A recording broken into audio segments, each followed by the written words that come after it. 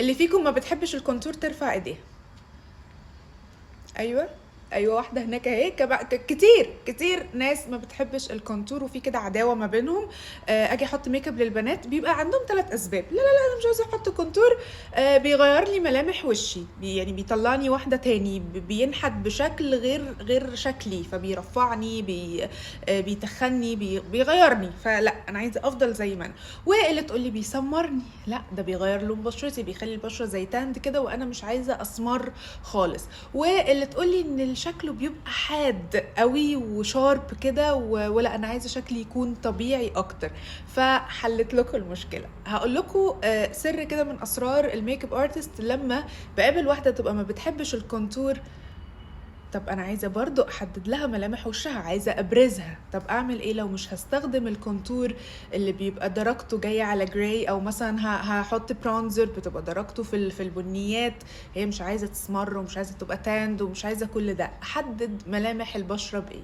على النص ده هوريكي التكنيك الطبيعي لما بنيجي نستخدم كونتور او برونزر مع البلاشر بيطلع الشكل عامل ازاي، وهنا البديل. اول حاجه سريعا كده للي اصلا مش عارف ايه هو الكونتور وشكله ايه وبنستخدمه ازاي وايه لازمته، فهقولك. الكونتور ده بيبقى برودكت، بيبقى فيه منه كريمي وفيه منه باودر. فانتي براحتك، يعني ممكن تستخدمي الباودر بس، وممكن تحطي الكريمي قبل الباودر، بحيث ايه بتعززي اللون، والباودر بيثبت الكريمي اكتر. المهم بيكون لونه ايه؟ بيكون لونه الكونتور بيكون لونه على جراي. تمام.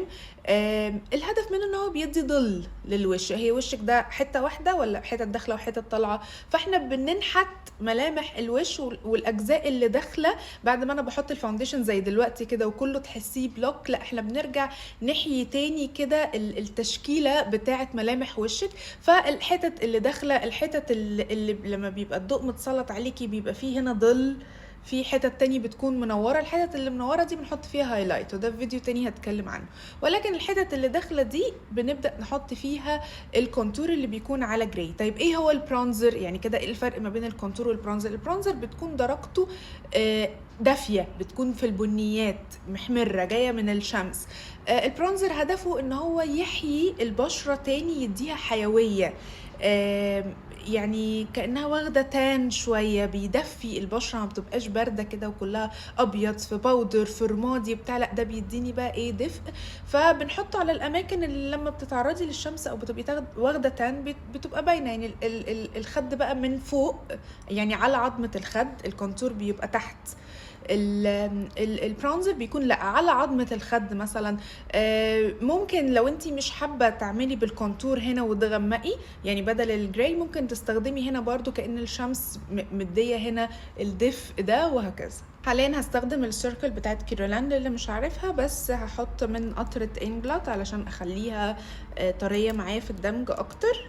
وانا كمونيكا بحب اوزع الكونتور والبرونزر لو انا هستخدم كريمي بفرشة تكون كابوكي كده رفيعه شويه، هتساعدني برضو في انها تتحط في مكان محدد. ما بحبش استخدم الفرش الفلات الرفيعه واعمل خط شارب قوي واجي ادمجه واقعد وقت كتير بدمجه يبقى معلق كده مش راضي يتفرد معايا. لا، الفرشه الكابوكي ولما باجي اخده كده واشيل الزياده وهستخدمه بيبقى مفرود بشكل انعم، وبيبقى في الدمج اسهل كتير. اشيل بس الزيادات زي ما قلت لكم، يعني انا احط خفيف وابقى محتاجه ازود احسن من ان انا احط كتير مره واحده واحتاج بقى واقعد امسح وبالبيوتي بلندر، وان انا يعني ابذل مجهود وقت ان انا اسحب اللون. تمام. انا دلوقتي هنا تحت العظمه هبدا احط الكونتور بتاعي اللي لونه على جراي، بطبطب كده رايحه جايه اللون. وطبعا بالكونتور انا اقدر امشي على تفاصيل وشي الحقيقية وابرز ملامحي زي ما هي، او نقدر بقى اللعب بيكون هنا، بيكون بالكونتور وبالهايلايت ان انا عايزة ابين ايه وادخل ايه اكتر. عندي غضود كتير، فلا انا ممكن ارفع لفوق العظمة فاسحب الوش. فاهمين قصدي؟ لا، ما عنديش خدود ممكن اخدها بدوران، وهكذا. اللعب كله عشان كده في بنات تقول لك انا مش عايزه اغير ملامح وشي، الكونتور بيطلعني واحده تانية. لا، ما انا مش شرط العب بالكونتور واغيره. انا ممكن احدد ملامحك الحقيقيه، وده الصح علشان الميك اب يبرز ملامحك علشان يبقى متحدد معايا. شايفين من قبل ما ادمج الفرق هنا عن هنا؟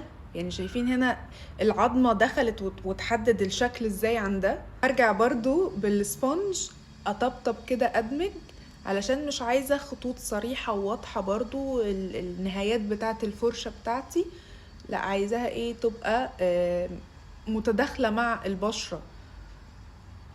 وانتي بتدمجي ما تحركيش ايدك، يعني ركزي ان انتي بتدمجي الحاجة في مكانها زي ما حطيتيها بالظبط، ما تنزليش وتطلعي، انتي بتفضلي رايحة جاية في نفس المكان، وبتحطي السبونج وبتشيليها مش بتمسحي. نيجي بقى للبرونزر. البرونزر زي ما اتفقنا بيبقى ايه فوق هنا عند عظمة الخد. انا بحب اسحب كده الوش لفوق شوية عشان عندي الجزء ده عريض، فبحط البرونزر كده بالفرشة زي ما اتفقنا. شايفين هي اصلا الفرشة حطاهولي شبه مدموج ازاي، غير لما بستخدم الفلات براش اللي هي ثانية واحدة اللي هي زي دي مثلا، فاهمين قصدي؟ وهرجع ادمج برضو. كل خطوة بتعمليها بتبان وبتفرق. شايفين الفرق دلوقتي بين هنا وهنا؟ شايفين هنا ازاي الجزء ده مرفوع كده ومتحدد، وهنا الدنيا سايحة على بعضها. والبلاشر برضو انا بحب احطه هنا، مش بنزله لتحت، انا سايبه مقاس صباعين كده جنب الشفايف، وانا مش بحب يعني اعديه عند المناخير، بحب برضو ارفع بيه الوش كده. وبرضو بعد كل خطوة ايه بدمج. يعني يفضل تعملي كده، مش تحطي كل الحاجات تفرديها على وشك وتيجي بعد كده تدمجيها تلاقيها نشفت وصعب انها تتحرك. لا، بعد ما تعملي كل حاجة تدمجيها. لو انتي حد ايه مش شاطر قوي وخايفة ان الدنيا تقف معاكي، فلا اعملي كده. او لو لقيتي البرودكتس نشفت على البشره ومش بتتحرك معاكي بسهوله، رشي فيكس سبراي على السبونج او على وشك وادمجي، الدنيا هتبقى لطيفه. شايفين كده بقى شكل الخد عامل معايا ازاي؟ طبعا بعد ما بنثبت البشره باللوس باودر، هنا انا برجع اثبت كل حاجه كريمي حطيتها باللي زيها باودر. الكونتور والبرونزر ببرونزر باودر وكونتور باودر، والبلاشر نفس الكلام برجع كده اثبته ببلاشر باودر. ده بيقوي زي ما قلت الدرجات بتاعه الالوان وبيثبتها وقت اطول. هنا بقى هنعمل ايه؟ انا هدفي ان انا عايزه احدد ملامح الوش، عايزه ابرز شويه العظمه بتاعه الخد، فهنستبدل الكونتور والبرونزر ببلاشر. بس هنستخدم هنا درجتين من البلاشر، هنجيب درجه بلاشر غامقه ودرجه بلاشر فاتحه. الالوان، تدريجه الالوان دي هي اللي هتديني شكل التحديده بتاعه عظمه الخد.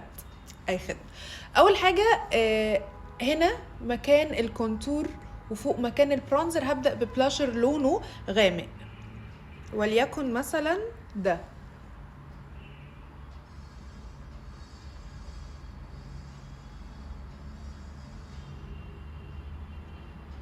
وبالبيوتي بلندر المندية زي ما اتفقنا اطبطب كده وادمج كويس.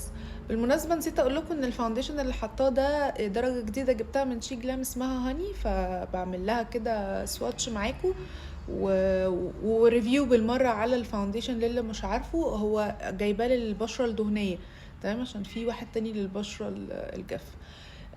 وكمان عملت فيديو تاني برضو هتلاقوا الكلام ده كله قبل الفيديو ده، ازاي اصلا تهيئي بشرتك للميك اب اللي هتحطيه علشان يبقى شكله احسن ويبقى ثابت وقت اطول. في خطوات كده مهمة قايلالك عليها. وزي ما اتفقنا فوق هنا بستخدم بلاشر درجة افتح. لحد هنا عايزاكم تركزوا في الفرق، الشكل هيبقى طبيعي اكتر في الاخر. هنا هيبقى باين ان احنا حاطين ميك اب وبروفيشنال كشكل سناتشد، فاهمين قصدي؟ فطبعا كل ده بيوضح اكتر لما بنحدد بقى بالباودر ونثبت. هوريكم الشكل. ثبت باللوس باودر وعملت كمان بيكنج كده على خفيف عشان ابين لكم الفرق. خلص برضو الميك اب كله واوريكم، يمكن يوضح برضو الفرق اكتر والدنيا تبقى غيمت شويه كده. بعد ما خلصت الميك اب بتاعي كله، ما تتخضوش، هنا رسمه وهنا رسمه تانية خالص، بس الاتنين عملتهم عشان اوريكم اشكال مختلفه وازاي تعمليهم للعيون المبطنه. المهم ده كده شكل الخدود. يا رب تكون الفكره عجبتك وتكوني استفدتي من الفيديو دوت، وبحبكم قوي. باي باي.